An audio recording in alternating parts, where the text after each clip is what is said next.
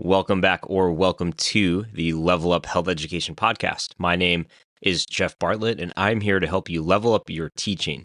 In today's episode, I want to review 7 ways that you can, quote, level up your skills-based health education teaching, whether you're a newbie or a seasoned pro.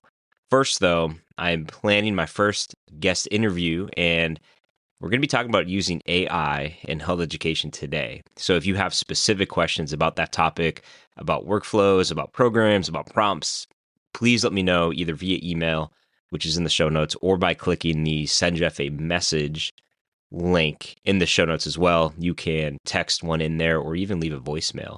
And we will do our best to get to all questions. We may need to, combine some and things like that, but we'd love to hear from you. I have my own questions for my guests, but I'm sure all of you have questions as well. And now on to today's episode. I get a lot of questions from teachers about how to start out with skills-based health education. And so I want to tell a quick story about my first experimentation with the National Health Education Standards and skills-based health education. And this was for a 7th grade unit. This was my first or second year of teaching. And when I started teaching, I inherited a project, and it was called the Family and Friends Project. I could probably find those original documents for this project, I think, on my backup drive for my computer, or the computer I had back then. I might even be able to find a hard copy somewhere at work, but I'll explain what I can remember. The gist of the project was this: students identified family members or friends and wrote a little bit about them. We're talking just a few bullet points, nothing crazy, nothing substantial. I don't even remember the exact prompt or description for the project or a rubric or anything like that, but I think it might have been geared towards support networks and how people in your life support you. Most students did this on a poster. This was way before we were one-to-one. And some students were more creative than others. And I remember having just piles of posters in my room to grade. Anyway, this was not a skills-based assessment. The curriculum at the time was not skills-based. So when I started taking grad classes at BU with Sarah Bennis as my advisor, I started looking at different performance indicators for the National Health Standards. So by the time I adjusted this would have been my second or third year teaching. And I looked at National Health Standard number 2, analyzing influences. And my first foray into these standards, it was not to make anything skills-based or to develop a skills-based assignment or a project. I simply took a look at the performance indicators, and I created discussion and reflection questions for students to answer as part of the project. So I added a personal reflection onto this pre-existing project, and that was it. That was before we took the deep dive into revamping our whole curriculum. It was before anything else. It started with, I think, 2 or 3 performance indicators and reworking them into questions for students to answer. So that's my way of saying, and I still hesitate to promote this, but start in a way that works for you. Your skills-based health ed journey should start in a way that works for you. Think of a small way to start, and then start even smaller than that. Forget about one entire unit or one lesson or even just one assignment. Start with one performance indicator. Work that into whatever you're doing, and discussion questions in my place were a great place to start. Now, I do want to be clear that a skills-based health ed curriculum versus one that's just based on skills or one that is heavily content-based, the difference is the development of skills, not just practicing a skill once, not only explaining it, but the development of skills over time using the skill development model.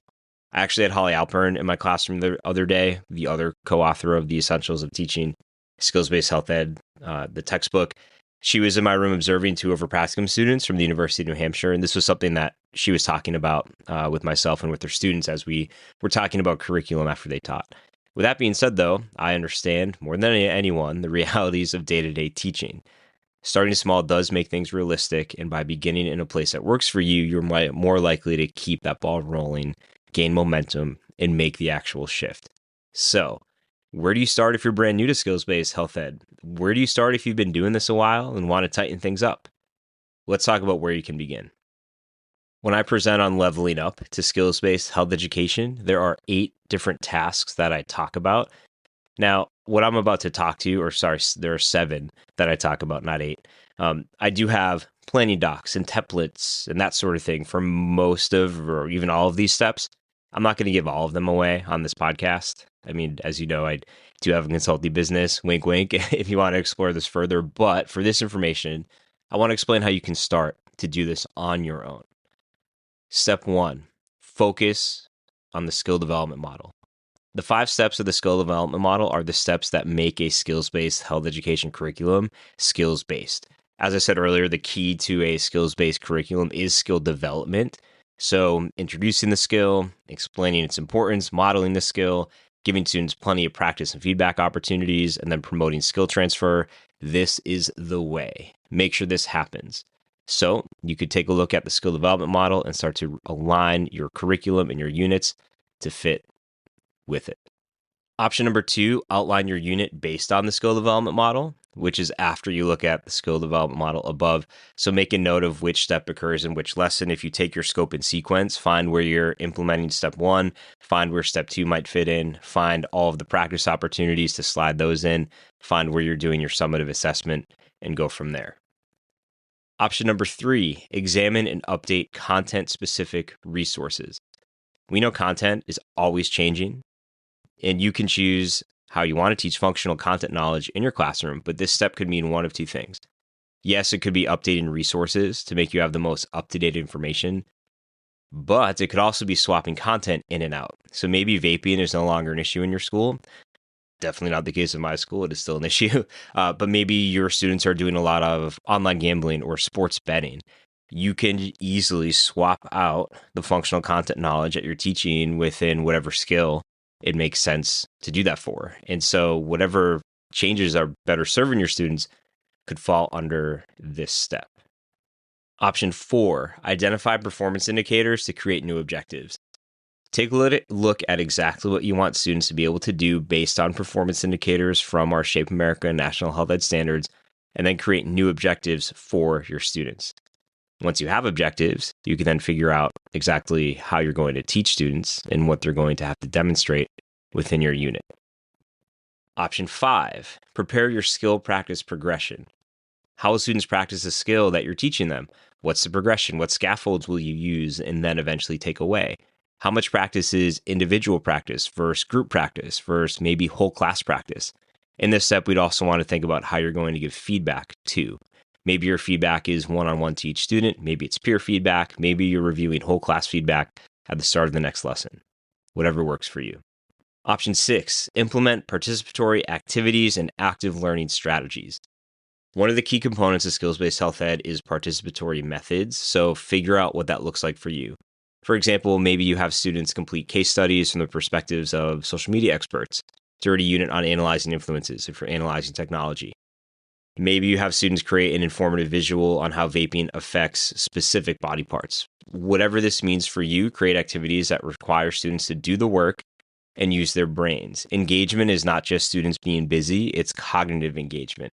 Having students complete a task that requires them to use their brains. Option 7, select or create skill cues. If you know what skill you're going to teach, what are the steps of that skill? These become your skill cues. You can come up with your own. You can use some that already exist. I do a combination of both. Holly and Sarah's books have a ton of information on skill cues, as does RMC Health, which is a website I'll link to in the show notes, and I'll link to their book as well.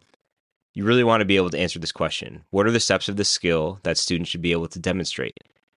I will say I did create a skill cue once and had an acronym of ICE for analyzing influences. It's been in my email newsletter, and that didn't age well. But anyway, you can come up with your own. They don't have to be an acronym for students to remember. It could just be a multi-step process. Or take a look at what's already out there, because there are plenty of great resources on skill cues. The good thing about the above steps is that anyone can use them, whether you have just learned about skills-based health ed or you've been doing it for a while. I know for me, I change up skill cues if they're not working for my students. As one example, we also swap out content resources or topics as needed. In one example with nutrition, we just replaced my plate with the Harvard Healthy Eating Plate because the current upside-down food guide pyramid that was put out by RFK Jr. didn't make sense for us and what we were teaching. So we did some research and used the Harvard Healthy Eating Plate because it has been created free of any type of political influence. So find what you need to do, level yourself up and make that happen. As always, thanks for listening. And as always, I'm curious to what this might look like in your curriculum or in your classroom, or if you have any other things that might have worked for you to help you level up your teaching. Maybe you've tried some of these steps. I'm interested in how they worked out for you. So please let me know. Again, in the show notes, you'll see a link to send me a message, or most of you are on my newsletter. You can send me an email. So again, check out the show notes for a few resources and a link to subscribe to my newsletter. And as always, thanks for your support.